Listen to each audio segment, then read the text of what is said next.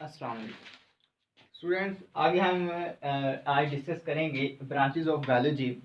तो branches of biology, हम biology की जो है वो कुछ शाखें वगैरह जो है उसको स्टडी करेंगे। तो इसके हमारे पास जो फर्स्ट वन ब्रांच है बायो की वो है मॉर्फोलॉजी। तो मॉर्फोलॉजी का हमारे पास मतलब क्या होता है? बेसिकली अगर हम मोर्फ को देखें, जो वर्ड हमारे पास लफ्ज मोर्फ है, मोर्फ का मतलब होता है शेप, यानी कि कोई चीज बनावट शक्ल वगैरह, ठीक है। तो लॉगी मीन स्टडी, यानी कि इसके अंदर शेप की स्टडी, या दूसरे आप अगर उसका बकायदा देखें तो बेसिकली इसके अंदर आता है फॉर्म एंड स्ट्रक्चर, ठीक है। तो जो जानदार होते हैं उसकी बनावट कैसी है, ठीक है, फॉर्म कैसी है और उसका जो साख्त स्ट्रक्चर कैसा है, ठीक है। तो फॉर्म एंड स्ट्रक्चर की जो स्टडी होती है जानदारों की, लिविंग ऑर्गेनिज्म की, ठीक है, उसकी शक्ल बनावट कैसी है, ठीक है, किस तरह का बना है, ठीक है। तो इसकी जो स्टडी होती है इसको हम मॉर्फोलॉजी कहते हैं, ठीक है। तो दूसरी हमारे पास जो बायो की जो दूसरी ब्रांच है उसके अंदर वो है एनाटमी। एनाटमी क्या है? एनाटमी बेसिकली है स्टडी ऑफ इंटरनल स्ट्रक्चर्स, यानी कि हमारी बॉडी के जो अंदरूनी साख्तें हैं उनका जो मुताला होता है इसको हम एनाटमी कहते हैं। इसकी मैं आपको छोटी सी मिसाल दूंगा। मिसाल के तौर पर हमारी बॉडी के जो अंदरूनी आर्गन है वो कौन से अंदरूनी चीजें हैं? मिसाल के तौर पे हमारा हार्ट है, दिल है।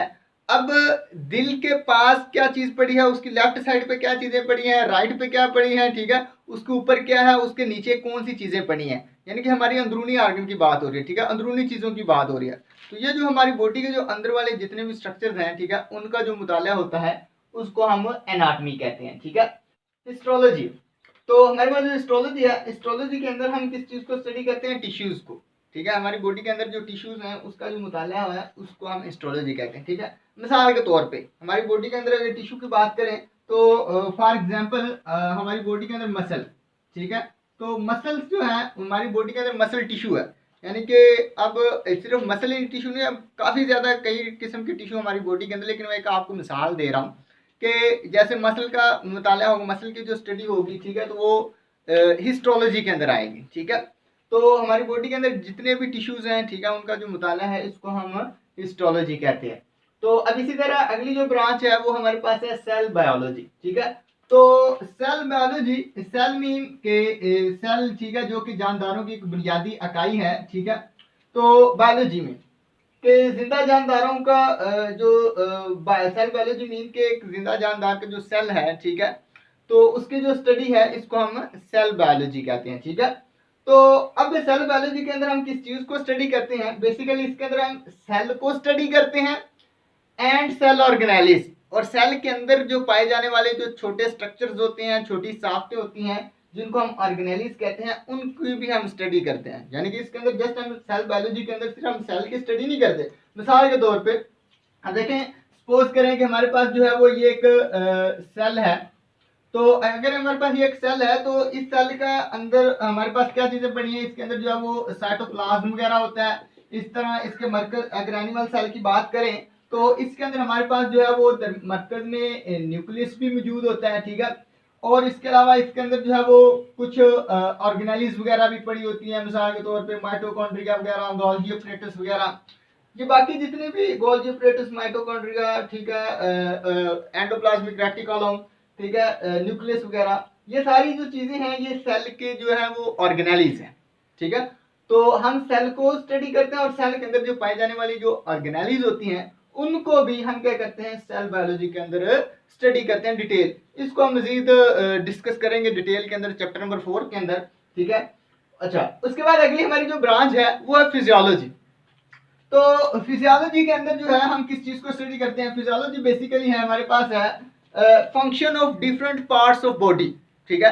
यानी कि हमारी जो बॉडी के जो मुख्तलिफ पार्ट्स हैं उनके जो फंक्शन है उनका जो मुताला है, इसका हम जो स्टडी होती है, ठीक है, उसका जो मुताला होता है इसको हम फिजियोलॉजी कहते हैं, ठीक है। तो मिसाल के तौर पे हमारा ह्यूमन हार्ट है, इंसानी दिल है, वो कैसे काम करता है, लंग्स कैसे काम करते हैं, स्टमक नॉर्मली कैसे काम करते हैं, ठीक है। तो इसका नॉर्मल फंक्शन ऑफ बॉडी जो है उसको हम स्टडी करते हैं फिजियोलॉजी के अंदर, ठीक है। तो उसके बाद हमारे पास अगली जो ब्रांच है वो जेनेटिक्स, ठीक है। तो जेनेटिक्स के अंदर हम किस चीज को स्टडी करते हैं? Study of genes. हमारे पास जो जीन्स का मुताला होता है इसको हम जेनेटिक्स कहते हैं and their role in inheritance. और विरासत में इनका क्या इस जीन्स का मुताला और विरासत में इन जीन का क्या किरदार है, ठीक है, इस चीज को भी हम स्टडी करते हैं। वो किस बायो की किस ब्रांच के अंदर हम स्टडी करते हैं, जेनेटिक्स के अंदर स्टडी करते हैं। तो जीन्स क्या चीज होती है बेसिकली हमारे पास, जीन बेसिकली आपने डीएनए का नाम सुना होगा। जीन को अगर बेसिकली एक जीन क्या होता है, gene basically segment of DNA, ठीक है, डीएनए का एक छोटा सा पार्ट होता है दैट इनकोड्स अ प्रोटीन, जो कि एक बकायदा प्रोटीन बना सकता है। तो हमारी बॉडी, हर इंसान की बॉडी के अंदर डीएनए मौजूद है, तो एक हमारे डीएनए के बेशुमार जीन्स होते हैं, ठीक है। तो ये जो जीन्स होते हैं, ठीक है, फिर इनका इनहेरिटेंस के अंदर, इनहेरिटेंस कहते हैं विरासत को, यानी कि इनहेरिटेंस के अंदर विरासती खसूसियात के अंदर जो है वो जीन्स का क्या किरदार है, इसको भी हम जेनेटिक्स के अंदर स्टडी करते हैं, ठीक है। तो इनहेरिटेंस मीन है कि transmission of character from one generation to, या from one people to another people. मिसाल के तौर पे वालदैन होते हैं, ठीक है, वालदैन से कुछ जो खसूसियात हैं वो आगे बच्चों में मुंतकिल होती हैं, ठीक है। तो ये खसूसियात का जो विरासती खसूसियात का जो मुंतकिल होना होता है, इसको हम इनहेरिटेंस कहते हैं, ठीक है। अब इसी तरह आगे हमारे पास बायो की ब्रांच है एम्ब्रियोलॉजी। तो एम्ब्रियोलॉजी के अंदर हम किस चीज को स्टडी करते हैं, development of an embryo to new individual, कि एक जो एम्ब्रियो होता है वो एक नए इंडिविजुअल के अंदर जो है वो कैसे डेवलप होता है, ठीक है। तो इसकी जो स्टडी होती है इसको हम एम्ब्रियोलॉजी के अंदर जो है हम डिस्कस करते हैं, ठीक है। यानी कि डेवलपमेंट ऑफ एम्ब्रियो का जो है वो एक नए जानदार के अंदर जो बनना होता है, ठीक है, इसकी जो स्टडी होती है इसको हम एम्ब्रियोलॉजी के अंदर डिस्कस करते हैं। तो एम्ब्रियो का मतलब क्या होता है, ये बच्चे जो है वो बड़े कंफ्यूज रहते हैं कि एम्ब्रियो के लफ्ज का जो है वो मतलब क्या होता है। एम्ब्रियो का बेसिकल मतलब, एम्ब्रियो मतलब जानदार जो है, किस जानदार को, मिसाल के तौर पे ह्यूमन के अंदर है, हम एम्ब्रियो किसे कहेंगे। एम्ब्रियो बेसिकली देखें, जब मेल स्पर्म फीमेल एग आपस में फर्टिलाइज करते हैं, ठीक है, जाइगोट बनता है। वो जाइगोट क्या करता है, फीमेल की बॉडी के अंदर जाके यूट्रस के अंदर इम्प्लांट होता है, ठीक है। फर्टिलाइजेशन के बाद फिर आगे क्या होता है कि 9 मंथ का जो ड्यूरेशन होता है जिसके अंदर बच्चा जो है अपने आप को डेवलप करता है, ठीक है। तो वो आफ्टर फर्टिलाइजेशन 8 वीक तक, मिसाल के तौर पर अगर आज फर्टिलाइजेशन हुई है तो आज से जो है वो 8 हफ्ते बाद तक, ये जितना भी ड्यूरेशन होगा उसके दौरान वो जो मतलब जो मतलब फर्टिलाइज चीज़ होगी जो कि इम्प्लांट हुई है ह्यूमन फीमेल बॉडी के अंदर, उसको हम 8 वीक तक, यानी कि 8 हफ्तों तक उसको हम एम्ब्रियो कहेंगे, ठीक है। यानी कि 2 मंथ तक तकरीबन जो बेबी होता है फीमेल बॉडी के अंदर वो एम्ब्रियो कहलाता है। उसके बाद फिर वो फिटस बन जाता है, ठीक है, ताकि वो आगे जो है वो नया जानदार बन जाता है। स्टूडेंट्स, बायो की ये हमारे पास नेक्स्ट ब्रांच है टैक्सोनॉमी। तो टैक्सोनॉमी, इस ब्रांच के अंदर हम किस चीज़ को स्टडी करते हैं, इसके अंदर हम स्टडी करते हैं naming and classification of organism into groups and सब ग्रुप्स। हम क्या करते हैं, अपने जानदारों को क्या करते हैं, उनको तकसीम करते हैं, उनकी क्लासिफिकेशन करते हैं, उनकी खसूसियात की बिना पर, सिमिलर खसूसियात की बिना पर, उनके अंदर मुतजाद डिफरेंस खसूसियात की बुनियाद पर हम क्या करते हैं, एनिमल को क्या करते हैं, ग्रुप बंदी करते हैं, तकसीम करते हैं, यानी कि उनकी क्लासिफिकेशन करते हैं। फिर उनको, उन एनिमल को हम क्या करते हैं, कुछ साइंटिफिक नाम भी देते हैं, ठीक है। तो ये जो सारा काम होता है एनिमल की ग्रुप बंदी करना, ठीक है, क्लासिफिकेशन करना और उनको साइंटिफिक नाम देना, ये सारा काम बायो की जो ब्रांच है टैक्सोनॉमी उसके अंदर किया जाता है। उसके बाद अगली हमारे पास जो ब्रांच है वो पैलियोंटोलॉजी। तो पैलियोंटोलॉजी ब्रांच जो है ये बायो किस ब्रांच के अंदर हम किस चीज़ को स्टडी करते हैं, फोसिल्स, ठीक है। तो हम पैलियोंटोलॉजी के अंदर जो है वो फोसिल्स की स्टडी करते हैं, फोसिल्स का जो मुताला होता है, ठीक है, इसको हम जो है वो पैलियोंटोलॉजी कहते हैं। तो अब फोसिल हमारे पास होता है क्या, फोसिल बेसिकली ये मुर्दा जानदारों की जो बाकियात होती हैं उसको हम फोसिल कहते हैं। मिसाल के तौर पे आज से कुछ हज़ारों लाखों साल पहले जो है वो कुछ प्लांट वगैरह या कुछ एनिमल वगैरह वो मर के ज़मीन के अंदर दफन हो गए। आज हमें क्या होता है कि उनके कुछ बाकियात मिलते हैं, उनकी हड्डियाँ वगैरह मिलती हैं, या हत्ता कि उनकी हड्डियों की सिर्फ हड्डियाँ नहीं मिलती, उनके निशान मिलते हैं, ठीक है, यानी कि उनकी कुछ बाकियात पीछे रह जाती हैं आज के दौर में। तो वो जो उसकी जो बाकियात होती हैं मुर्दा जानदारों की, ठीक है, चाहे वो प्लांट हो चाहे वो एनिमल हो, ठीक है, उसको हम फोसिल कहते हैं। तो उनका जो मुताला होता है वो बायो की ब्रांच पैलियोंटोलॉजी के अंदर किया जाता है। उसके बाद नेक्स्ट हमारे पास ब्रांच है बायोटेक्नोलॉजी। तो बायोटेक्नोलॉजी के अंदर बायो वही मतलब के, यानी कि लाइफ, ठीक है, यानी कि जिंदा जानदार चीज, यानी कि जिंदा टेक्नोलॉजी मतलब इसके टेक्नोलॉजी निकला टेक्निक से, ठीक है, यानी कि मुख्तलिफ किस्म की टेक्निक से। तो बायोटेक्नोलॉजी के अंदर हम क्या करते हैं कि लिविंग ऑर्गेनिज्म के ऊपर मुख्तलिफ तकनीक सप्लाई करते हैं, ठीक है, मुख्तलिफ तकनीक सप्लाई करते हैं। मुख्तलिफ तकनीक सप्लाई करके हम क्या करते हैं, उस लाइफ को या उस जिंदा जानदारों को इंसानी फ़ायदे के लिए इस्तेमाल करते हैं, यानी कि for the welfare of human kind, यानी कि इंसान के फ़ायदे के लिए जो है वो किस तरह जानदारों को जो है वो इस्तेमाल करना है, ठीक है। तो ये सारा जो काम जो किया जाता है ये बायो की ब्रांच बायोटेक्नोलॉजी के अंदर इसको स्टडी किया जाता है, ठीक है। उसके बाद है एनवायरमेंटल बायोलॉजी, ठीक है। तो इस ब्रांच के अंदर हम किस चीज़ को स्टडी करते हैं, इस ब्रांच के अंदर हम स्टडी करते हैं interaction between organisms and their environment. जानदार का अपने इन्वायरमेंट के साथ का इंटरेक्शन होता है, ठीक है, इस चीज़ की जो स्टडी होती है इसको हम इन्वायरमेंटल बायोलॉजी के अंदर स्टडी करते हैं, ठीक है। मिसाल के तौर पे हमारा अपने इन्वायरमेंट के साथ इंटरेक्शन जो होता है वो वक्त के लिहाज से यानी कि टाइम टू टाइम क्या होता है, चेंज होता रहता है, ठीक है। तो इंसान का या दूसरे जो भी जानवर भी हो सकते हैं, यानी कि कोई भी जानदार है, कोई भी ऑर्गेनिज्म है, उसका अपने इन्वायरमेंट के साथ जो भी तल्लक होता है, जो भी इंटरेक्शन होता है, ठीक है, उसका जो मुताला होता है इसको हम इन्वायरमेंटल बायोलॉजी कहते हैं, ठीक है। उसके बाद हमारे पास है सोशियो बायोलॉजी, ठीक है। सोशियो बायोलॉजी के अंदर हम किस चीज़ को स्टडी करते हैं, इसके अंदर हम स्टडी करते हैं सोशल बिहेवियर, ठीक है।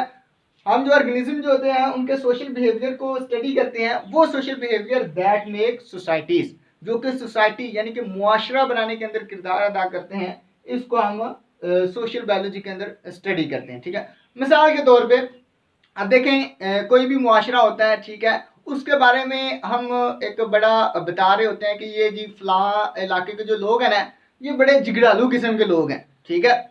तो वो क्या होता है, वो उनका एक सोशल बिहेवियर होता है, ठीक है, वो हमें पता होता है या उसका जो है वो स्टडी किया जाता है, या मतलब कहा जाता है कि फलां किस्म के जो लोग हैं वो मतलब जो है वो उनका माइंड मेंटली बड़े शार्प होते हैं, ठीक है, तो स्टडी में बहुत अच्छे हैं। फलां किस्म के जो लोग हैं, ठीक है, वो स्टडी में अच्छे नहीं हैं।